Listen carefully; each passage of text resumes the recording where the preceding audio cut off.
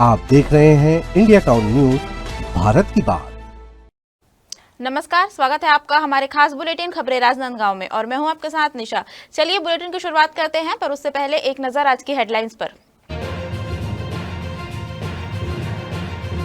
राजनांदगांव में 2 दिवसीय होली उत्सव, चंद्र ग्रहण के बीच होलिका दहन, पुलिस सुरक्षा के बीच मनाई जा रही होली।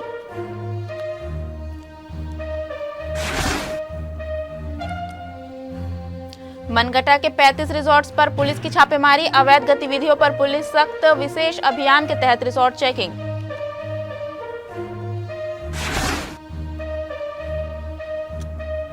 होली की तैयारियां शुरू, राजनांदगांव के बाजारों में उमड़ी भीड़, प्रशासन ने भी किए विशेष इंतजाम।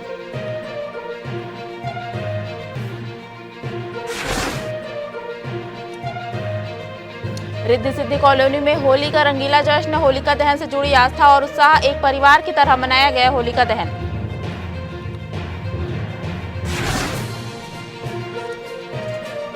ग्रहण का सूतक, मंदिरों के पट बंद, सुबह से शाम 7 बजे तक पूजा पाठ स्थगित, सूतक काल में शुभ कार्यों पर रोक। चलिए बढ़ते हैं खबरों की ओर। होली के एक दिन पहले राजनांदगांव शहर के बाजार रंग और उत्साह से सराबोर दिखाई दे रहे हैं। दुकानों पर पिचकारियों, रंगों और अन्य होली सामान की खूब भीड़ देखने को मिल रही है। इस बार महंगाई का असर बाजारों में साफ दिखाई दे रहा है, लेकिन बावजूद इसके लोग अपने बच्चों के लिए रंग बिरंगी पिचकारियां और खिलौने खरीदने में पीछे नहीं हट रहे हैं। दुकानों पर छोटे बड़े कई तरह की पिचकारियां उपलब्ध है, जिनमें हल्की और भारी दोनों प्रकार की पिचकारियां शामिल है। बाजारों में सुरक्षा और भीड़ नियंत्रण के लिए प्रशासन ने भी विशेष इंतजाम किए हैं, ताकि त्योहार में कोई अप्रिय घटना ना हो। होली के रंगों और खुशियों के बीच बच्चों की हंसी और पिचकारी की मिठास इस बार भी राजनांदगांव के त्योहार को और खास बना रही है। डोंगरगढ़ स्थित विश्व प्रसिद्ध मां बमलेश्वरी मंदिर में 19 मार्च से चैत्र नवरात्रि मेला शुरू होगा। इसकी तैयारियों को लेकर कलेक्टर जितेंद्र यादव की अध्यक्षता में एक महत्वपूर्ण बैठक हुई। इसमें श्रद्धालुओं और पदयात्रियों की सुविधा एवं कानून व्यवस्था पर विस्तृत रूपरेखा तैयार की गई। बैठक में डोंगरगढ़ विधायक हर्षिता बघेल और पुलिस अधीक्षक अंकिता शर्मा भी मौजूद रही। इस दौरान कलेक्टर यादव ने अधिकारियों को निर्देश दिए कि मां बमलेश्वरी के दर्शन के लिए देश विदेश से लाखों श्रद्धालु आते हैं। सभी विभाग आपसी समन्वय से कार्य करें, ताकि किसी भी श्रद्धालु को असुविधा ना हो। आपको बता दें कि स्वास्थ्य और चिकित्सा व्यवस्था पर विशेष ध्यान दिया जा रहा है। कलेक्टर ने विशेष रूप से डोंगरगढ़ को प्लास्टिक मुक्त रखने पर जोर दिया है। उन्होंने स्थानीय प्रशासन और ट्रस्ट के सदस्यों से अपील की है कि वे मंदिर की मर्यादा और पर्यावरण की शुद्धता को बनाए रखने में सहयोग करें। छत्तीसगढ़ पिछड़ा वर्ग विकास प्राधिकरण के उपाध्यक्ष एवं दुर्ग ग्रामीण विधायक ललित चंद्राकर ने जिला भाजपा कार्यालय में आयोजित प्रेस वार्ता में वर्ष 2026-27 के बजट को प्रदेश के समावेशी और संतुलित विकास का आधार बताया। उन्होंने कहा कि वित्त मंत्री ओपी चौधरी द्वारा प्रस्तुत संकल्प बजट प्रधानमंत्री नरेंद्र मोदी के विकसित भारत की संकल्पना के अनुरूप तैयार किया गया है। विधायक ने बताया कि राज्य सरकार मिशन मोड में कार्य करते हुए 5 नए मिशनों की शुरुआत कर रही है। उनका कहना था कि ये मिशन युवाओं को रोजगार और प्रदेश को नई पहचान दिलाने में सहायक होंगे। उन्होंने जानकारी दी कि शिक्षा क्षेत्र के लिए सर्वाधिक बजट का प्रावधान किया गया है। अबूझमाड़ और जगरगुंडा में एजुकेशन सिटी की स्थापना कर दूरस्थ अंचलों में शिक्षा के अवसर बढ़ाए जाएंगे। ललित चंद्राकर ने इस बजट को युवाओं, महिलाओं और ग्रामीणों के उत्थान का संकल्प पत्र बताते हुए मुख्यमंत्री विष्णुदेव साय का आभार व्यक्त किया। उन्होंने कहा कि यह बजट छत्तीसगढ़ को विकास की नई ऊंचाइयों तक ले जाने में महत्वपूर्ण भूमिका निभाएगा। आज प्रेस कॉन्फ्रेंस रखा गया है और ये जो 2024 25-26 की जो बजट है, ये समावेशी विकास इसका मूल मंत्र है और इसमें मूलतः महिलाओं को विशेष तौर पे इसमें प्राथमिकता दिया गया है। और इस समय की जो बजट है वो 1,72,000 करोड़ रुपया की 2025-26 की जो बजट, वो 26-27 की जो बजट है वो रखा गया है। और इसमें सभी क्षेत्रों के लिए, चाहे वो कृषि क्षेत्र के लिए रहे, चाहे वो मतारी बंधन के लिए रहे, मतारी सदन के लिए रहे, चाहे हमारे युवाओं के लिए हो, चाहे शिक्षा के लिए हो, चाहे स्वास्थ्य के लिए हो, सभी के लिए इस बजट में बढ़ा के रखा गया है। और कुल मिला के जो 2047 में जो विकसित भारत हम लोग को जो बनाना है, उसके संकल्प को पूरा करते हुए ये बजट है। ठेलकाडीह पुलिस ने ग्राम गहिरा गोपालपुर में हुई 85 वर्षीय बुजुर्ग की हत्या की गुत्थी सुलझा ली है। पुलिस ने मामले में पड़ोसी वीरेंद्र कुमार वर्मा को गिरफ्तार कर न्यायिक रिमांड पर जेल भेज दिया है। पुलिस के अनुसार घटनास्थल की स्थिति को देखकर डकैती की आशंका जताई जा रही थी। घर की खिड़की और अलमारी टूटी मिली थी, जिससे वारदात को लूट का रूप देने की कोशिश की गई थी। हालांकि डॉग स्क्वाड और एफएसएल की टीम की जांच में कई अहम सुराग मिले। संदेह के आधार पर पड़ोसी युवक से सख्ती से पूछताछ की गई, जिसमें उसने अपना जुर्म कबूल कर लिया। आरोपी ने बताया कि मृतक अक्सर उसे सार्वजनिक रूप से अपमानित करता था। साथ ही उसे संदेह था कि बुजुर्ग उसके परिवार की एक महिला सदस्य पर बुरी नजर रखता है। इसी आक्रोश में उसने बुजुर्ग की हत्या कर दी। 27 फरवरी की सुबह हमारे ठिकरी थाने में सूचना मिली कि जो ठिकरी थाना अंतर्गत जो ग्राम गहिरा गोपालपुर है, वहाँ पर जेलगुरु राम नाम के व्यक्ति हैं जिनकी उम्र लगभग 85 साल है। उनका मर्डर हो गया है और उनकी बॉडी जो है वही घर पर रखी हुई है। जैसी सूचना मिली हमारी टीम तत्काल वहाँ पर रवाना हुई घटनास्थल पर, और प्रथम दृष्टया हमने अवलोकन किया और पाया कि एक मर्डर का ही मामला है। तो फिर साइंटिफिक रूप से आगे विवेचना को कार्रवाई आगे बढ़ाने के लिए हमारे द्वारा तुरंत डॉग स्क्वाड को बुलाया गया, एफएसएल टीम को बुलाया गया और बारीकी से साइंटिफिक तरीके से पूरे घटना का निरीक्षण किया गया और विवेचना कार्रवाई शुरू की गई। साथ ही इसमें अपराध क्रमांक 39/26 थाने में कायम किया गया है अंडर सेक्शन 103(1) जो कि बीएनएस की धारा है, मर्डर की धारा है, और 238 जो कि साक्ष्य छुपाने की धारा है, अंतर्गत एफआईआर करके विवेचना कार्रवाई प्रारंभ की गई। नगर के प्रतिष्ठित पीएम श्री पद्मलाल पुन्नालाल बख्शी हिंदी अंग्रेजी माध्यम विद्यालय के कक्षा 6वीं से 11वीं तक के विद्यार्थियों को शैक्षणिक भ्रमण के लिए राजधानी रायपुर ले जाया गया। इस ज्ञानवर्धक यात्रा के दौरान विद्यार्थियों ने छत्तीसगढ़ की वैज्ञानिक उपलब्धियों और ऐतिहासिक विरासत का प्रत्यक्ष अनुभव प्राप्त किया। भ्रमण का पहला पड़ाव छत्तीसगढ़ साइंस सेंटर रहा, जहां छात्रों ने विज्ञान के जटिल सिद्धांतों को विभिन्न कार्यशील मॉडलों और प्रयोगों के माध्यम से समझा। इसके बाद विद्यार्थियों ने आदिवासी संग्रहालय का अवलोकन किया, जहां उन्होंने प्रदेश के जनजातीय समुदायों के पारंपरिक जीवन, वेशभूषा, कला, संस्कृति और परंपराओं को करीब से जाना। यात्रा का सबसे प्रेरणादायक पड़ाव शहीद वीर नारायण सिंह संग्रहालय रहा। यहाँ अमर शहीद वीर नारायण सिंह और गुंडाधुर के शौर्य और बलिदान से जुड़ी प्रदर्शनी ने विद्यार्थियों के मन में देशभक्ति और गौरव की भावना जागृत की। कल ईएम श्री स्कूल के हमारे 1000 के आसपास छात्र विभिन्न बसों के माध्यम से कल रायपुर शैक्षणिक भवन के भ्रमण के लिए प्रस्थान किया था, जिसमें छात्रों ने साइंस सिटी में सबसे पहले प्रवेश किया और विज्ञान के विभिन्न मॉडलों से अपने आप को अवगत कराया ताकि उसको विज्ञान के ज्ञान में वृद्धि हो। विभिन्न प्रकार के चीज़ों की जानकारी उनको प्राप्त हुई। फिर छत्तीसगढ़ संग्रहालय की ओर छात्र ने प्रस्थान किया। उसमें छात्रों ने छत्तीसगढ़ संस्कृति के विभिन्न प्रकार की कलाकृतियाँ, छत्तीसगढ़ की विभिन्न वेशभूषा से अवगत हुआ।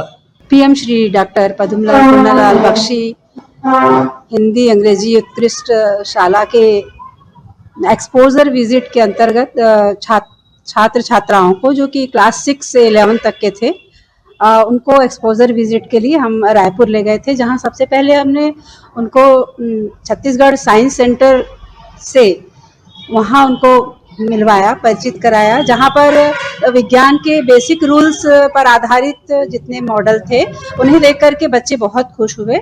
और खेल खेल में भी बहुत सारे ऐसे मॉडल थे जो खेल खेल में किसी न किसी नियम को प्रतिपादित करते थे। तो सभी नियमों से वो वाकिफ हुए, रूबरू हुए और उन नियमों को उन्होंने आसानी से समझा। बहुत सारे वैज्ञानिकों के वहाँ पर मूर्तियाँ बनी हुई है, गार्डन भी बहुत सुंदर है, तो बच्चे सारा कुछ देख करके बहुत ही खुश हुए। साइंस सेंटर गए थे, वहाँ पे हमने बहुत सारे वर्किंग मॉडल्स देखे और बहुत सारी चीज़ें सीखी। हमारे टीचर्स ने भी हमें हर पार्ट पे गाइड किया बहुत अच्छे से। और उसके बाद हम वीर नारायण सिंह म्यूजियम गए। वहाँ पे हमने वीर नारायण सिंह की जो भी उन्होंने हमारे छत्तीसगढ़ के लिए किया था वो सब के बारे में जाना। और छत्तीसगढ़ के जितने भी आंदोलन हुए, लाइक भूमकाल सत्याग्रह और जंगल सत्याग्रह है, ये सब इन सब के बारे में जाना। कल हम लोग एक्सपोजर ट्रिप के लिए रायपुर गए थे, जहाँ हम लोग सबसे पहले गए साइंस सेंटर। वहाँ हम लोगों ने बहुत सारे वर्किंग मॉडल्स देखे, जिससे हमें कुछ हम लोग बहुत सारी चीज़ें जाने। और हमारे जो टीचर थे उन लोगों ने हमें हर जगह गाइड किया। और फिर हम लोग गए छत्तीसगढ़ ट्राइबल म्यूज़ियम। वहाँ हम लोग जो ट्राइबल पीपल है और उनकी कम्युनिटी, उनके एक्चुअल लाइफ के बारे में जाना, और वो लोग कैसे रहते थे, क्या पहनते थे, और उनके जो ज्वेलरीज थे उसको देखा। फिर हम लोग गए वीर नारायण सिंह म्यूज़ियम। वहाँ हम लोगों ने वीर नारायण सिंह के बायोग्राफी के बारे में जाना। होली त्योहार के मद्देनजर छुईखदान पुलिस ने अवैध शराब बेचने और सार्वजनिक स्थान पर शराब पीने वालों के खिलाफ विशेष अभियान चलाया। अभियान के दौरान कई जगहों पर दबिश देकर अवैध शराब जब्त की गई और आरोपियों के खिलाफ आबकारी एक्ट के तहत मामला दर्ज किया गया। आपको बता दें कि आबकारी एक्ट के तहत कुल 10 प्रकरण दर्ज कर 10 आरोपियों पर कार्रवाई की गई। पुलिस ने आरोपियों के कब्जे से महुआ शराब, देशी प्लेन शराब और बिक्री की नकदी रकम जब्त की। सार्वजनिक स्थान पर शराब पीने और अवैध रूप से शराब पिलाने की सुविधा देने वालों पर भी प्रकरण दर्ज किया गया। साथ ही 3 आरोपियों के खिलाफ प्रतिबंधात्मक कार्रवाई की गई। पुलिस ने कहा है कि त्योहारों के दौरान अवैध शराब और उससे जुड़े अपराधों पर रोक लगाने के लिए यह अभियान आगे भी जारी रहेगा। वक्त हो चुका है छोटे से ब्रेक का, बने रहिए इंडिया टाउन न्यूज के साथ। कभी कभी चेहरे का छुपा दर्द दुनिया नहीं देख पाती है। दाग, मुहासे, झाइयां सब आपके आत्मविश्वास को कम कर देता है, पर अब नहीं, क्योंकि Rukhsana glow and fair face pack जो दे आपकी स्किन को वो प्यार जो सिर्फ प्रकृति दे सकती है। हर लेयर को साफ करे, हर दाग को करे हल्का और आपकी मुस्कान फिर से लौटाए। Because you deserve to glow naturally. Rukhsana herbal beauty product Amazon, Meesho और फ्लिपकार्ट में भी उपलब्ध। आज सुबह से ग्रहण का सूतक लगने के कारण शहर के सभी मंदिरों के पट बंद कर दिए गए हैं। धार्मिक मान्यताओं के अनुसार सूतक काल में किसी भी प्रकार के शुभ कार्य, पूजा पाठ और धार्मिक अनुष्ठान नहीं किए जाते हैं।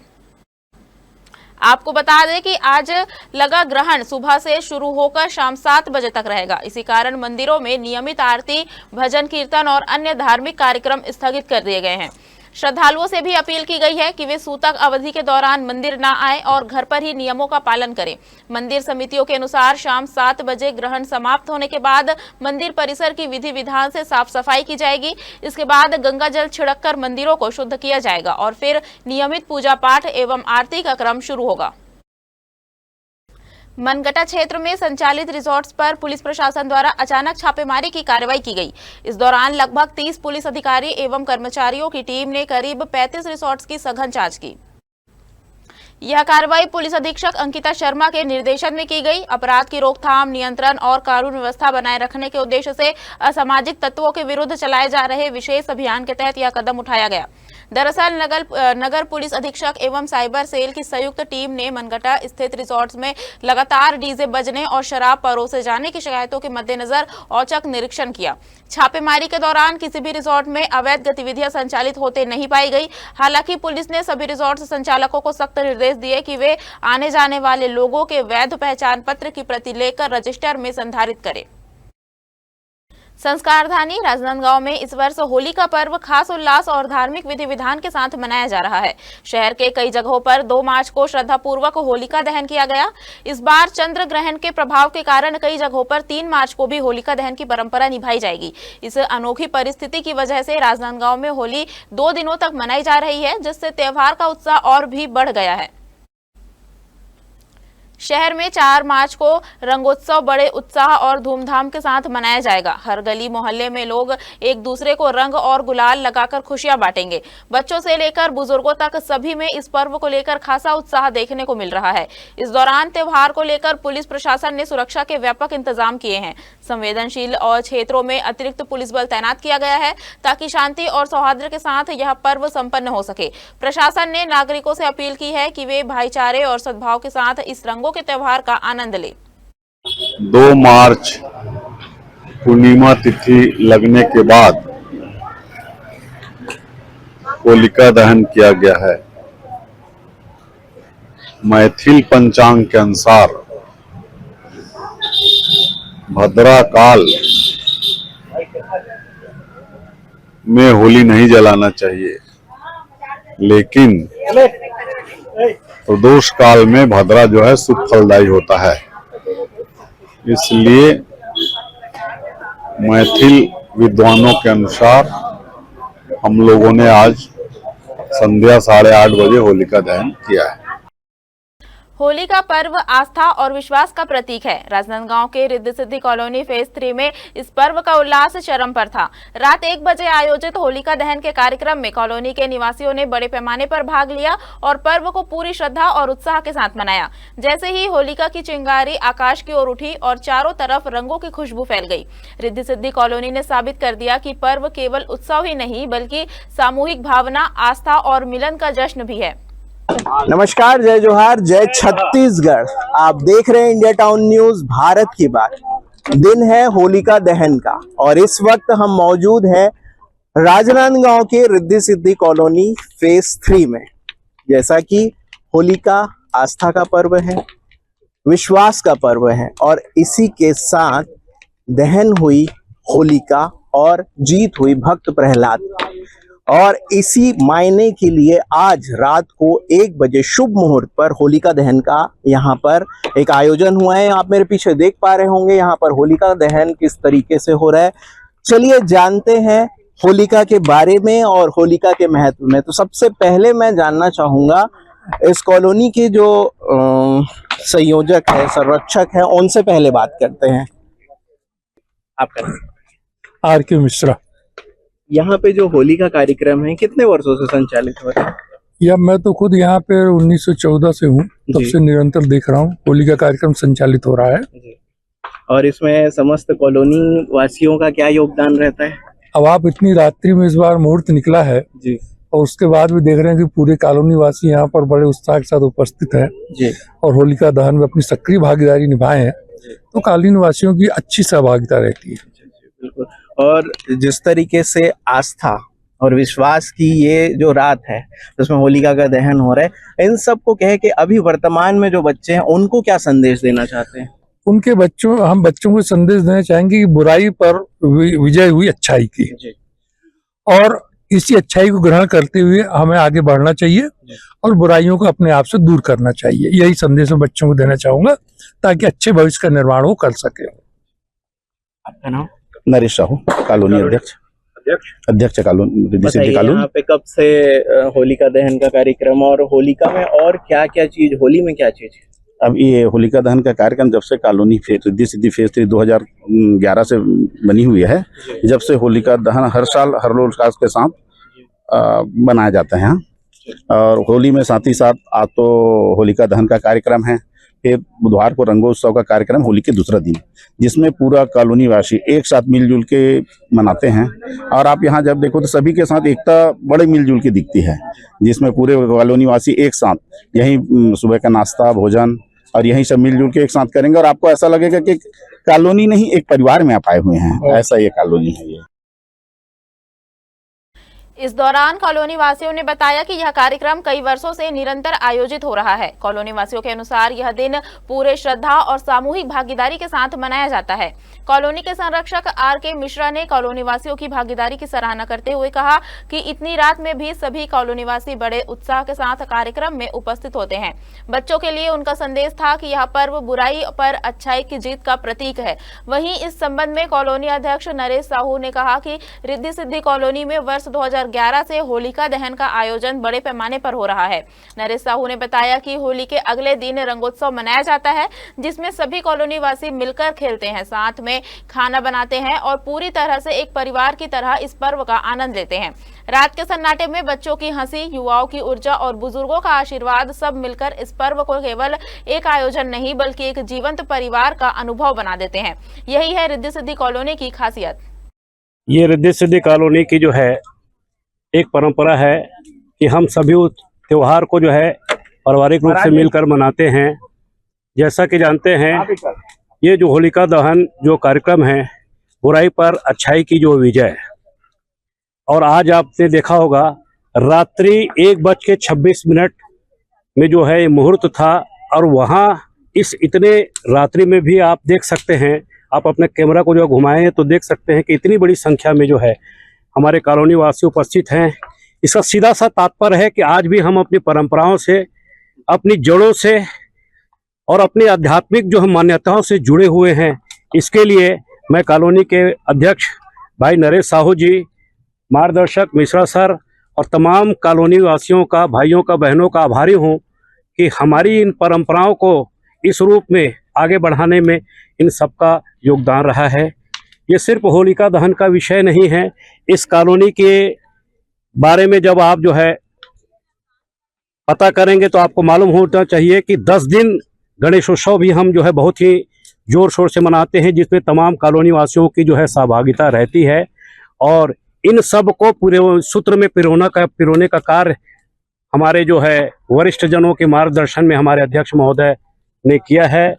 इस अवसर पर इतनी रात को लोकतंत्र के चतुर्थ स्तंभ मीडिया के आप साथी यहाँ पर आए हैं। मैं कॉलोनी की ओर से आपका हृदय से आभार मानता हूँ और आपको होली की अग्रिम शुभकामनाएं देता हूँ। जी बिल्कुल बिल्कुल, जैसा कि होली का जो पर्व है और उसको लेकर एक तो यहाँ पे अगर हम बात करें तो यहाँ पर विजय हुई है सत्य की, भक्त प्रहलाद की। अब इसको लेकर नारी शक्ति क्या कहती है, इनके बारे में हम जानते हैं सबसे। जी, होलिका के बारे में बताइए। नहीं, होली दहन हमारे यहाँ रिद्धि सिद्धि परिवार में बहुत ही पारंपरिक रूप से बहुत अच्छे से मनाया जाता है, जिसका हम सबको लाभ मिलता है। आज रात्रि के 1:30 बजे भी हम लोगों को ऐसा नहीं लग रहा है कि हम लोग बाहर जा रहे हैं कहीं, हमें लग रहा है हम अपने ही परिवार के एक अच्छे से उत्सव में आ रहे हैं। ये उत्सव ऐसे ही मनाना चाहिए और होलिका दहन का जो लाभ है उसको सभी को लेना चाहिए। जी, एक चीज मैं आपसे पूछना चाहता हूँ कि तब की जनरेशन और अब की जनरेशन, जो परंपरा है, जो परंपरागत रीति रिवाज चले आ रहे हैं तब से लेके अब तक, आप क्या संदेश देना चाहते हैं अब के बच्चों को? नहीं, अब के बच्चों को भी हम यही सिखाते हैं कि अभी भी उनको आना ही चाहिए। ये सब चीजें पारंपरिक रूप से ही आगे बढ़ती चली जानी चाहिए। अगर आज वो ये नहीं देखेंगे कि ऐसा सब होता है तो उनको इसके बारे में पता भी नहीं चलेगा कि क्यों होता है। उनका पहला प्रश्न ही ये होता है, तो वो देखेंगे जब, तभी जानेंगे कि यहाँ पर प्रहलाद को किस तरह से बचा करके और अग्नि में होलिका जी को दहन करके हम अपने ही बुराइयों का दहन करते हैं। हमारी सारी बुराइयां इसमें दहन हो जाएं और अच्छाइयों को आगे हम बढ़ाते रहें। जिस प्रकार प्रहलाद को हमने बचा करके इसमें से निकाला है और वो अच्छाइयों को ही लेकर के आगे बढ़े हैं। ये पहले के बच्चे मतलब बहुत उत्सुक थे। हाँ। अब के बच्चे अब नहीं है, लेकिन नियम निभा रहे हैं सब ये चीज।